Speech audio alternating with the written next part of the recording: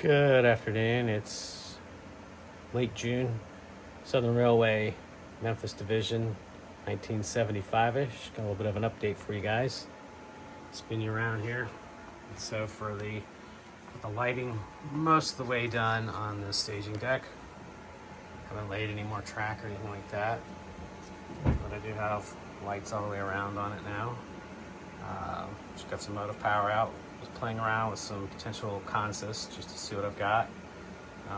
As far as numbers of trains I want to run versus consists I can currently build. Still shy a couple units. Not too many though. I think when Atlas gets their SD45s delivered, I'll pretty much be done with acquisition of motor power except for some GP 38-2s for the other coal train. So, as you can see, done some a little more work, tucking some of the wiring up under there. So it's a lot more decent looking except for that little chunk right there. Playing around with what the approach turnouts and stuff is going to be. So I did expand the helix by a couple inches. That brought me up being able to have a full double crossover coming off the helix. So I think that's how that's going to look. So there's that. None of this is permanently in place by any way, shape, or form at this point. It is simply sitting on here to hey, how's this going to work? I mean, like this upper piece right here was just putting back in. I was just like, hey, I'm gonna get this to the point where I can run some trains here before too long. I took this down, and it's always been gonna have that bridge here. So we did the decking. We're able to bring that in. Gonna hand build bridge over there, and this is obviously going to be 2 layers of foam here. This has been raised up to accommodate. I'm going to go with double layer of foam all in this corner to be able to do to be able to basically do this raised track back here. So it'll be 2 inches of foam in the back, 1 inch of foam faded down to 1 inch of foam in the front to really get that true difference in the grade there and stuff without having to rely on just this cobbled together riser back here. That 2 inches of foam will come all the way to this point here, and then we'll leave it on how it sits right there back there. So none of this has really changed, except for done some stuff up there. Picked up a couple of scale trains, SD40-2s in Missouri Pacific. There was a regular Missouri Pacific run from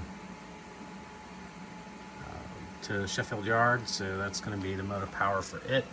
Still plan on getting something to drop in between those two SD40s-2s. A U-boat, since it was a UP, MP, Southern train, there could be. I got a Union Pacific U-boat that'll probably end up splicing in the middle there. If I go with what I've got right now, Scale Trains just released their GP40s, which Missouri Pacific had a ton of GP40s. So if they sometime in the near future do a second run with Missouri Pacific, then I probably would pick that up to run in there in the middle of those two SD40s. Nothing has changed up here. One of my next, not spend a whole lot of money, but I got the stuff to do at projects is going to be, working on this area. I've got to, due to this mismatch here, again, remember this entire piece is removable for being able to service back there, service the air conditioner if necessary back there to that side. So this is actually, can come out, but it's not meant to be a regularly removed thing. So there has to be a gap here. So I got to pull this piece down and replace that, and then match this up a little bit better. And I'm kind of wondering in my head if I just go ahead and leave that and then just slide a piece of masonite that runs the width of it, that is literally removable, and then put all the scenery on that. But again, just kind of playing with some different ideas in my head right now. But I at least got to get some blue on it so that and start, thinking about how I'm going to deal with, these roads going back into the backdrop. Again, none of the tracks here, you can hijack and track to do different things. And so again, that's the interchange to L&N. Gonna look for a couple of L&N U-boats, U-25Bs or something like that to run the interchange with. But again, that's not on the front burner for sure. Sheffield steel's gotten a little smaller. Just this, the framework will come down and be, definitively smaller than it is right now. It was just too massive for the size of the layout. So we'll get it cut down to, something more presentable for, the size of the layout and go with it. But other than that, I mean, not a whole lot's been going on. So then we get down to the spur, which is the Reynolds aluminum spur. So we've really kind of fleshed that out. It's come down from there.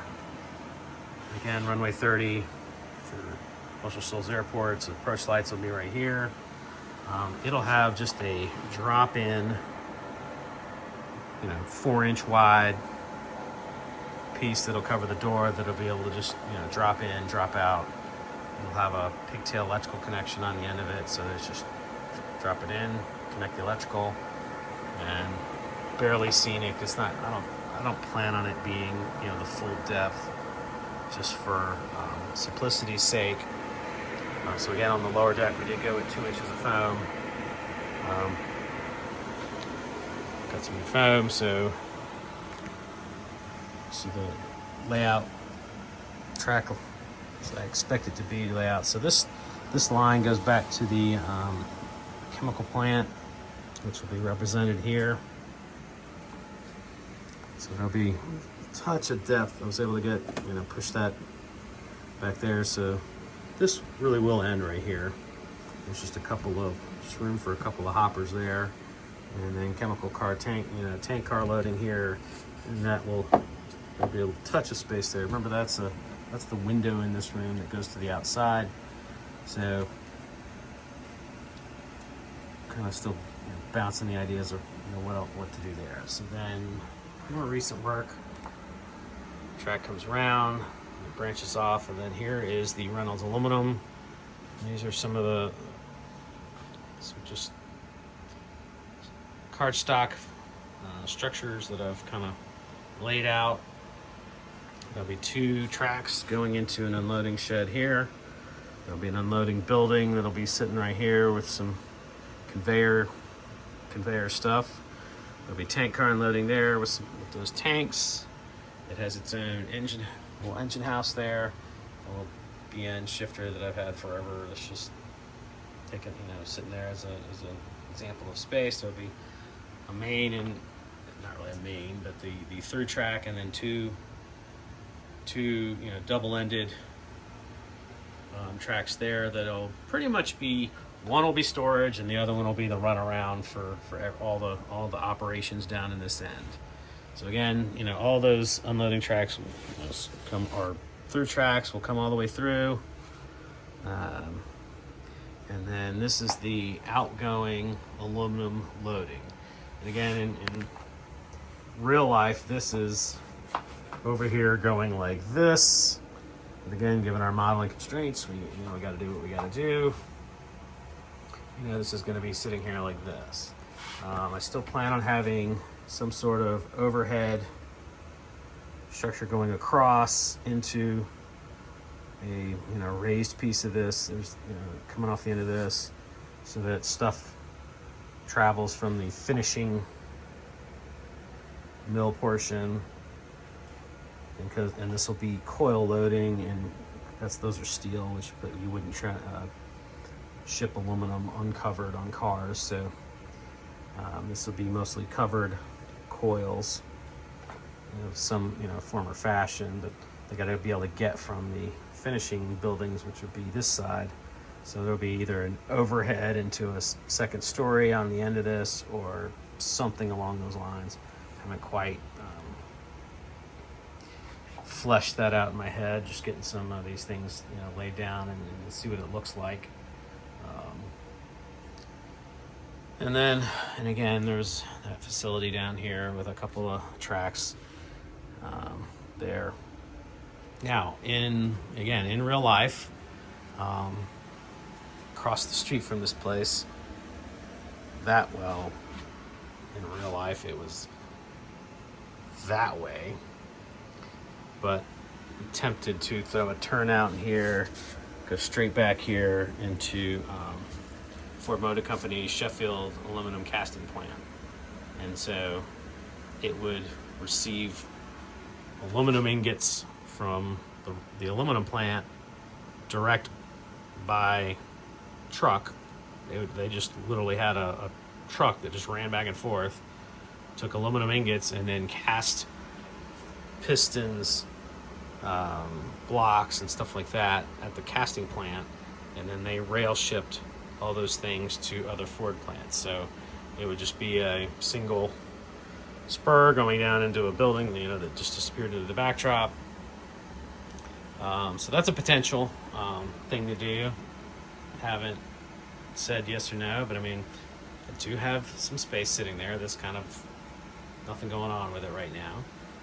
Maybe 10 pounds of crap in a 5-pound sack, but this spur was a very heavily industrialized spur, so I mean that's what it was in real life. So we may still do that. So got all the lighting up for this lower deck, so you can see that's a recent addition as well. So there's been some things going on, and again, I am a real big fan of what you would refer to as iterative design. So you try something, it's not it's not really 100% permanent, and then if that didn't work out too well, and then you tear it down and try something else. And so I know I'm using this method for the Helix, but you can definitely see that some of those rods are not vertical. And in my head, I'm just like, how do I hold them vertical and be able to get the next sections on? Because you can't drill a hole if this thing's not vertical. You can't drill a hole here and expect that piece to be able to slide all the way down and mount on there correctly. So my question is, like, do I just put one piece on at a time and glue and screw? So again, it's we'll see. So there's the progress on the layout. I appreciate everybody, still paying attention to it. I haven't given up on it.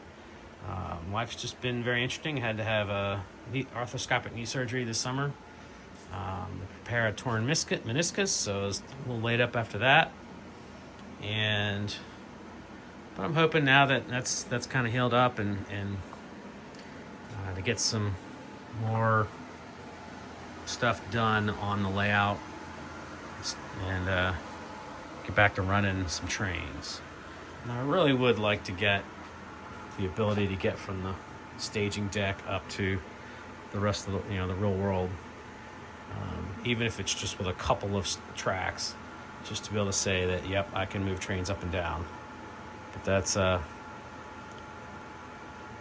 think 75 pieces of track to finish the pieces of flex track to finish the staging loop.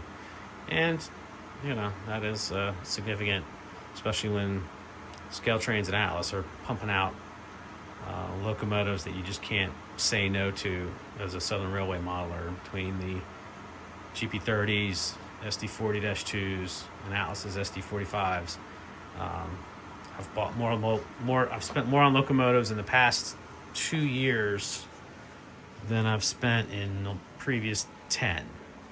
The wife has definitely made a point of it, saying, "Hey, you've definitely spent some money on your hobby lately."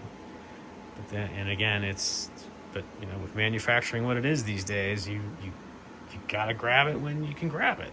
Otherwise, you miss out, or you're stuck hunting down individual units on eBay and paying significantly more than if you just bit the bullet and ordered them at one time. So danged if you do, danged if you don't. But making progress, things keep going. Appreciate everybody watching. We'll talk to you guys later.